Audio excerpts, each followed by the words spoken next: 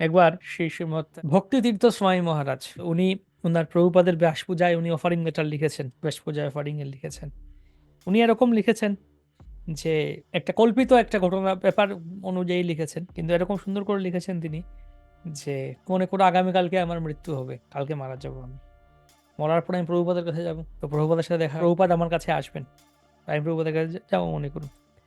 তো প্রভুপাদকে বললো, প্রভুপাদ আমাকে নিয়ে চলুন আপনি আপনার সাথে। তো প্রভুপাদ বলবেন, তোমাকে আমি কেন নেব, তুমি আমার জন্য কি করেছো, বা তুমি এমন কি করেছো তোমাকে আমি ভগবানের ধামে নিয়ে যাব। আমি বলবো, প্রভুপাদ আমি তো শিষ্য গ্রহণ করেছি, বা মহারাজ লিখছেন তো শিষ্য গ্রহণ করেছি এবং তো প্রচার করেছি। তখন প্রভুপাদ বলবেন, খুব ভালো, খুব সুন্দর, কিন্তু তুমি কি তোমার কাম বাসনা ত্যাগ করেছো? মহারাজ বলছেন, লিখছেন তাহলে আমি বলবো, আমি বললাম না প্রভুপাদ।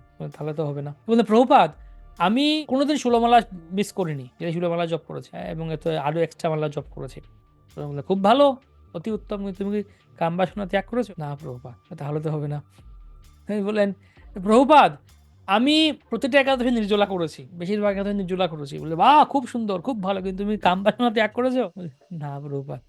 বলে, তাহলে তো হবে না। বলছেন, প্রভুপাদ আমি এত গ্রন্থ প্রচার করেছি, এত আপনাদের এত লক্ষ গ্রন্থ প্রচার করেছি, দিন রাত কত পরিশ্রম করে, কত প্রতিকূলতা সত্য চ্যালেঞ্জ নিয়ে, রিস্ক নিয়ে, ঝুঁকি নিয়ে আপনার গ্রন্থ প্রচার করেছি। বা খুব ভালো, অতি উত্তম, তুমি কি কাম বাসনা ত্যাগ করেছো? না প্রভুপাদ।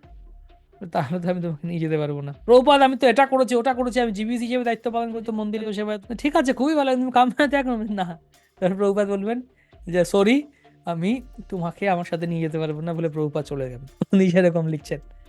হ্যাঁ, তো আমি হা করে তাকিয়ে থাকবো প্রভুপাদের দিকে। বাট হচ্ছে যত কিছুই করি আমি, যত বড় প্রজেক্ট, এত বড় মন্দির বানিয়েছি, এত কোটি টাকা আমি ফান্ড কালেকশন করে দিয়েছি, বা আমি এতজন ভক্তকে ভক্তিতে নিয়ে এসেছি, এতজনকে দীক্ষা নিয়ে দিয়েছি, বা আমি নিজে এত এই করেছি, আলটিমেটলি বলছেন তুমি কি এত মঙ্গল করতে করেছি, সেটাই যেতে হবে, না গেলে তো হবে না।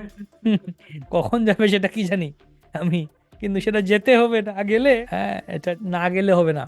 এজন্য লিখছেন চৈতন্য চরিতামৃতে, ভক্তি মুক্তি আদি স্পৃহা যদি মনে রয়, সাধন করিলে প্রেম উৎপন্ন না হয়। যদি এই ভক্তি আর ইচ্ছা তো আর বাদ দিলাম, আর মুক্তি, কিন্তু ভক্তির ইচ্ছা যে ভোগ করব, এই যে কাম বাসনা, ভোগের বাসনা, এটা যদি মনে থাকে, তাহলে যতই 64 অঙ্গ সাধন করলেও প্রেম উৎপন্ন হবে না। হ্যাঁ, তো সেজন্য এই ভক্তি বাসনা, মুক্তি বাসনা, এই সমস্ত কিছু অত্যন্ত ব্যাপার, ডেঞ্জারাস ব্যাপার।